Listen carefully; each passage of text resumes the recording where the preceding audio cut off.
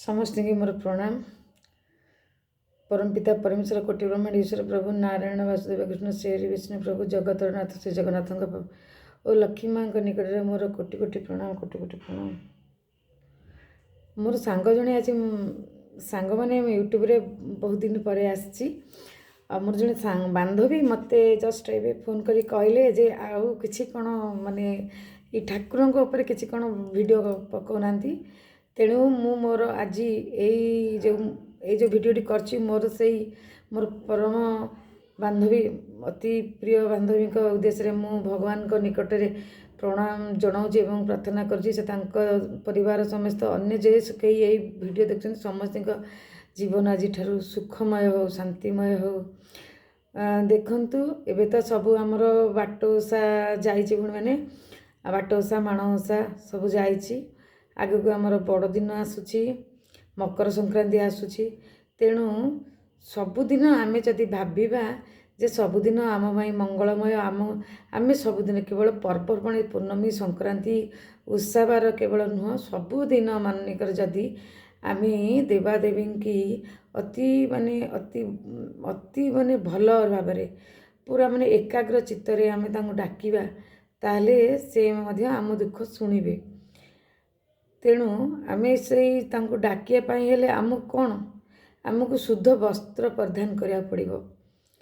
पूजा करने समय आम कौन सब सतर्कता अवलम्बन करिया मुझे विषय कहूँ शुणु। मन करा जाऊ आपण घर झाड़ू कले पोछा मारे ठाकुर बासन माजिले गाधोई सारी ठाकुर बासन माजिले तापरे आपण जो आमे आमे जेहेतु जे के सधवा हूँ कि जी हूँ आमे कौन करछे आमर मुहर आगे गोटे क्रीम मारी तापर पाउडर मारी आम मुंडे सार धारण करके आम आगे चौरा जल दौ सूर्यनारायण को जल छेकला आम चौरा जल टेकुचे। किंतु देखंतु आमर जो सनातन हूँ हिंदी हूँ आमर आगे पूजा करिया पूर्व आम आग सेगुड़ा सब करिया पड़े। तेणु आम जदि आम जो आम जिते सब क्रीम तैयारी होची आम जदि ताकू आम आग पूजा करिया पूर्व आम धारण करिया से क्रीम रे घुसुरीर चर्बी दिखाऊँगी एपरिक लिपस्टिक रे मध्य दिखाऊँगी बहुत नामी दामी कंपनी जे आम घरे घरे परिचित खूब कम टंकार मिलूची से घुसुरीर चर्बी दि जाऊँगी। तेणु आम ताकू लगे कि पूजा घरे पूजा करवा उचित नुह आम सेमती गाधेक आसी गोटे एमती सार लगेदेवा तापरे आम पूजा करवा तापरे है आम शंख फुंकिला बेले आम कौन करचे शंख फुंकुचे आम शंख फुंकिले आम तापरे से अईठा है ना आम जो पार्टीर येटा ता दिगला से अईठा है पुणी पूजा पाखे केमी रहा पूजा कर सारापर आम पुणी जल शौच कर पुणी आम रखा तापर आम जो वस्त्र पिंधुचे जो वस्त्र पिंधे से वस्त्र जदि आम धर आमर अधघंटा कि घंटा लगला ठाकुर घर झाड़ू करवा कि पोछा मारिबा कि आगुरी आम जदि पोछा झाड़ू करदे था तथापि आम कौन करचे ना आम टिके इधर आमको जो मैंने डायबिटीज अच्छा कि आगुरी से समय जदि झाड़ा परिश्रा लगुच ताले से कौन करेंगे से समस्त वस्त्र को अलगा करके अलगा वस्त्र पिंधि बाथरूम जी बाथरूम से जो टॉयलेट जाइए से वस्त्र को ओल्हे धोईकी पुणी आसी से सानी वस्त्र पिंधे ना आउ अन्य वस्त्र पिंधिकी पूजा करेंगे एतिक गला तापरे आमे आमे भोग कला बेले आमे देखुचे से नारायण लक्ष्मी नारायण अच्छा शिव पार्वती अच्छा सब आमे कौन करचे ना तुलसी नहीं आसुचे पूजा करला सरला पूजा कला तुलसी सब ठाकुर को जल ताले शिव बाबा तो बेलपत्र नारायण तो है तुलसी पत्र आम तो से आम कौन कले गोटे तुलसी जल आणिकी सब ठाकुर को एमती आम उत्सर्ग कले ताले आम से जो तुलसी जल तो शिव बाबा पाइबेनी जो मैंने शिववंशी माने काली हूँ दुर्गा हूँ मंगला हूँ जो मैंने शिववंशी से आम कौन करवा ना तांकर ये आम बेलपत्र यूज करवा। नारायण अंश जो मैंने लक्ष्मी हेले वृंदावती एम सब नारायण कृष्ण राधा से अंग से माने तेणु से आम तुलसी पत्र मध्यम आम कौन कर से भोग गुड़ को आम उत्सर्ग करवा। तेणु ये तो गला तुलसी अच्छा अनेक अच्छा जो आमर चौरा मुंडरे ଯେଉଁ ଆମର ମା ମାନେ ନାଲି ମନ୍ଦାର ଦେଉଛନ୍ତି, ଏଇଟା କ'ଣ ଠିକ୍? ତେଣୁ ବୃନ୍ଦାବତୀ ମାଆଙ୍କୁ ଯେତେବେଳେ ସତୀ ଅନୁସୂୟାଙ୍କୁ ଯେତେବେଳେ ଧାରଣ କଲେ, ଯେତେବେଳେ ନାରାୟଣ ଆସି ତାଙ୍କର ଛଦ୍ମବେଶ ଯେତେବେଳେ ତାଙ୍କ ସତୀତ୍ୱ ନଷ୍ଟ କରିଥିଲେ, ସେ ବା ନିଜେ ନାରାୟଣ ତାଙ୍କୁ ବର ଦେଇଥିଲେ ଯେ ସେ ତୁଳସୀ ବୃନ୍ଦାବତୀ ରୂପରେ ପୂଜା ପାଇବେ। ତେଣୁ ବୃନ୍ଦାବତୀ ହେଲେ ନାରାୟଣଙ୍କ ଅଂଶ, ଯେହେତୁ ତାଙ୍କ ସହିତ ସିଏ ତାଙ୍କ ଅନିଚ୍ଛ ସହିତ ମାୟାରେ ତାଙ୍କୁ ହରଣ କରିଥିଲେ, ମାନେ ସିଏ ହେଲେ ନାରାୟଣ ଅଂଶୀ। ତେଣୁ ଆମେ ତାଙ୍କୁ ଧଳା ଫୁଲ ଦେବା, ହଳଦିଆ ଫୁଲ ଦେବା।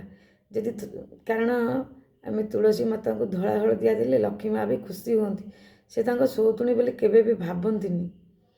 ତେଣୁ ଏସବୁ ପୂଜା ଯଦି ଦୁର୍ଦୁରା ଫୁଲ ଆମେ ଶିବ ବାବାଙ୍କ ଉପରେ ଦେବା, ଆମେ ଯଦି ନାରାୟଣଙ୍କ ଉପରେ ଦେବା କି ଆଉ କେଉଁଠି ଦେବା, ତାହେଲେ ସିଏ କ'ଣ ପାଇବେ? କେଉଁ ଠାକୁରକୁ କେଉଁ ଫୁଲ ଦିଆଯାଏ?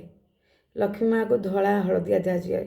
ଯେହେତୁ ଆମର କୃଷ୍ଣ ହେଲେ, ନାରାୟଣ ହେଲେ ପିତ୍ତବାସ ହଳଦିଆ ବସ୍ତ୍ର ଧାରଣ କରିଦେଇ, ତଥାପି ସେ ନେଭି ବ୍ଲୁ କଲର୍, ଆମେ ଯେହେତୁ ସେ କୃଷ୍ଣ କଳା ଥିଲେ, ଆମେ ତାଙ୍କୁ ନେଭି ବ୍ଲୁ କଲର୍ ବି ଉଚ୍ଚାର କରିପାରିବା।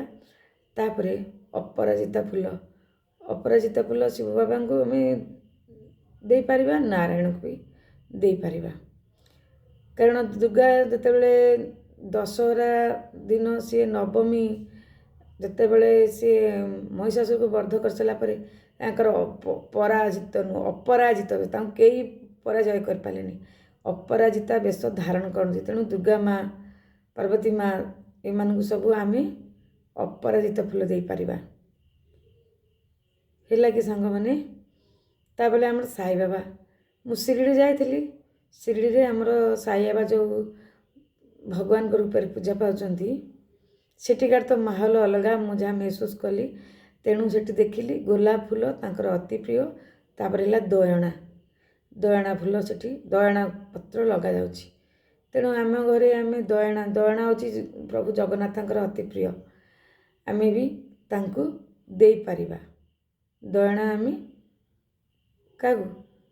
ଆମେ ମହାଲକ୍ଷ୍ମୀଙ୍କୁ ଦେଇପାରିବା, କାହ୍ନାକୁ ଦେଇପାରିବା, ଆଉ ସାଇବାବାଙ୍କୁ ବି ଦେଇପାରିବା।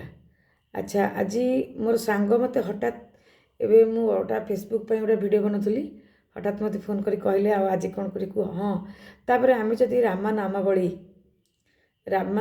ଯେଉଁ ଲେଖା ହେଇଛି, ଆମେ ଯଦି ତାକୁ ଆପଣ ନିଜେ ବହୁତ ଶୁଦ୍ଧପୂତ ଆତ୍ମା ନେଇ ସବୁବେଳେ ପୂଜା ସରିଲା ତାକୁ ରଖିବେ, ସଜାଡ଼ିକି ରଖିଲେ ସେଟା ମାରା ହେବନି। ଆମେ ତାକୁ ଦେହରେ ପକାଇକି ଆଉ କେଉଁ ଛୋଟ ପିଲା ଖାଉଥିବ ତାକୁ ଛୁଇଁଦେବା କି 1 2 ପଳେଇବା, ତାହେଲେ ସେଟା ମାରା ହେଇଯିବ, ପୁଣି ଥରେ ଧୋଇବାକୁ ପଡ଼ିବ। ତେଣୁ ଆମର ବସ୍ତ୍ର, ଆମର ଯେଉଁ ତାପରେ ଆମର ମାଳା ଗୁଡ଼ିକ, ଆମର ତୁଳସୀ ମାଳା ହେଉଛି ଆମ ନାରାୟଣଙ୍କର, ଲକ୍ଷ୍ମୀଙ୍କର, କାହ୍ନା, ବାସୁଦେବଙ୍କର, ଯାହାଙ୍କର ବି ହେଉ, ଆମେ ଯେତେବେଳେ ତାଙ୍କୁ ଡାକିବା ସ୍ଫଟିକ ମାଳାରେ ଡାକିପାରିବା। ଆମର ଯେଉଁ ହେଉଛି କମଳ କଢ଼ି ଯେଉଁ ଆସୁଛି, ସେଥିରେ ତାଙ୍କୁ ଡାକିପାରିବା। ଆଉ ଶିବ ବାବା, ମା ଦୁର୍ଗା, ମଙ୍ଗଳା, କାଳୀ, ଇଏ ଯେତେ ସବୁ ଶକ୍ତି ରହିଲେ ତାଙ୍କୁ ଆମେ ତୁଳସୀ ମାଳାରେ ଡାକିପାରିବା। ତେଣୁ ଏସବୁ ଯଦି ଆମ ପାଖେ ନାହିଁ, ଆମେ ଭୁଲି ଯାଉଛେ 51 ଥର 108 ଥର ଏମିତି କରିବା ପାଇଁ, ଆମେ ତୁଳସୀ ମାଳା, ଯେଉଁ ମାଳାକୁ ଆମେ ପୂଜା ସମୟରେ ବ୍ୟବହାର କରି ତାକୁ ଅଭିମନ୍ତ୍ରିତ କରିଥାଉ, ସେ ମାଳାକୁ ଆମେ ଜପିଲେ ସେ ମାଳାର ଏତେ ଚାର୍ମ ଥାଏ, ଏତେ ପାୱାର ଥାଏ। ଆପଣ ଦେଖନ୍ତୁ, ଗୋଟେ ଅସୁବିଧା ଜାଗାରେ ଆପଣ ଯାଉଛନ୍ତି କି ରହୁଛନ୍ତି, ସେ ରାସ୍ତା ଦେଇ ଯାଉଛନ୍ତି, ଆପଣ ତାକୁ ଧାରଣ କରିକି ଯିବେ, ଆପଣଙ୍କୁ କେହି ଟଚ୍ କରିପାରିବେନି, ସେ ପୁରା ପାୱାରଫୁଲ୍। ତେଣୁ ଆଜି ହଠାତ୍ ଏଇ ଫୋନ୍ଟା ପାଇଲି ସାଙ୍ଗଠାରୁ ଯେ କ'ଣ ଗୋଟେ ଭିଡ଼ିଓ ବନେଇବା ପାଇଁ। ତେଣୁ ମୁଁ ଏଇ ଭିଡ଼ିଓଟି ସେଇ ମୋର ସାଙ୍ଗ ଉଦ୍ଦେଶ୍ୟରେ ମୁଁ କରିଦେଉଛି। ତା'ର ପରିବାର, ମା ପିଲା ବହୁତ ଆନନ୍ଦରେ ଖୁସିରେ ରହୁଛନ୍ତି। ଏବଂ ମୋର ଏଠାରେ ବର୍ତ୍ତମାନ ମୁଁ ମୋର ଇଷ୍ଟଦେବ ଏବଂ ଇଷ୍ଟଦେବୀଙ୍କୁ ମୁଁ ମୋର ପ୍ରଣାମ ଜଣାଉଛି ଏବଂ 33 କୋଟି ଦେବୀ ଦେବତାଙ୍କୁ ପ୍ରଣାମ ଜଣାଉଛି ଏବଂ ମୋର ଜନ୍ମଦାତ୍ରୀଙ୍କୁ ମୁଁ ପ୍ରଣାମ ଜଣାଉଛି। ବିଶ୍ୱ ବ୍ରହ୍ମାଣ୍ଡର ସମସ୍ତ ସକାରାତ୍ମକ ଶକ୍ତି ତଥା ବିଶ୍ୱ ବ୍ରହ୍ମାଣ୍ଡର ସମସ୍ତ ପବିତ୍ର ଉର୍ଜାମାନଙ୍କୁ ମୋର କୋଟି କୋଟି ପ୍ରଣାମ, କୋଟି କୋଟି ଧନ୍ୟବାଦ। ଏବଂ ଏଠାରେ ଉପସ୍ଥିତ ଥିବା ସମସ୍ତ ଦେବାଦେବୀ ଏବଂ ଆମର ପଞ୍ଚତତ୍ତ୍ୱ, ପଞ୍ଚ ଇନ୍ଦ୍ରିୟ, ପଞ୍ଚଦେବତା ସମସ୍ତଙ୍କୁ କୋଟି କୋଟି ପ୍ରଣାମ, କୋଟି କୋଟି ଧନ୍ୟବାଦ। ଆପଣମାନେ ସମସ୍ତେ ମୋର ଏଇ କେଇ ପଦ କଥା କହିବା ବେଳେ ଆପଣମାନେ ଆସିକି ମୋ ନିକଟରେ ପହଞ୍ଚିଲେ ଏବଂ ମୋତେ ଆଶୀର୍ବାଦ କଲେ ମୁଁ এই ଭିଡ଼ିଓଟି ଠିକରେ କରିପାରେ। ତେଣୁ ଆପଣମାନଙ୍କୁ କୋଟି କୋଟି ପ୍ରଣାମ, କୋଟି କୋଟି ଆପଣମାନେ ଆପଣଙ୍କ ସ୍ଥାନ ଛାଡ଼ି ସ୍ୱସ୍ଥାନ ଗଛନ୍ତୁ। ଏତିକି କହି ପୁଣି ଥରେ ଜୟ ଜଗନ୍ନାଥ ସମର୍ପଣ ଭାବ ନେଇ ହେ କୋଟି ବ୍ରହ୍ମାଣ୍ଡ ଈଶ୍ୱର ପ୍ରଭୁ ନାରାୟଣ ବାସୁଦେବ କୃଷ୍ଣ ଶ୍ରୀ ବିଷ୍ଣୁ ପ୍ରଭୁ ଜଗତ ଜଗନ୍ନାଥ ଆଜିର ଏଇ ସନ୍ଧ୍ୟା ବା ଯେଉଁ ରାତ୍ରି ଆସୁଛି ସମସ୍ତଙ୍କ ପାଇଁ ମଙ୍ଗଳମୟ ହେଉ। ଏତିକି କହି ମୁଁ ରଖୁଛି। ଧନ୍ୟବାଦ ଧନ୍ୟବାଦ ଧନ୍ୟବାଦ।